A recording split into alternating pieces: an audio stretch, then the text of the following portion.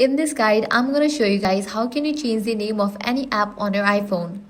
First, you'll need to get this app, Shortcuts. This is the default app in your device. Now you can launch it and click on this plus option given at the top right. Next, tap Add Action and select the Open app. Then choose the app you want to rename. In this case, I'm going to choose CapCut. Now tap the share icon at the bottom and select Add to Home Screen. Now you'll be able to type in the new name for your app. Just remove this and type in. Likewise, you can click on the icon and then select any of the photo from your gallery and set it. Once you are done, click on Add.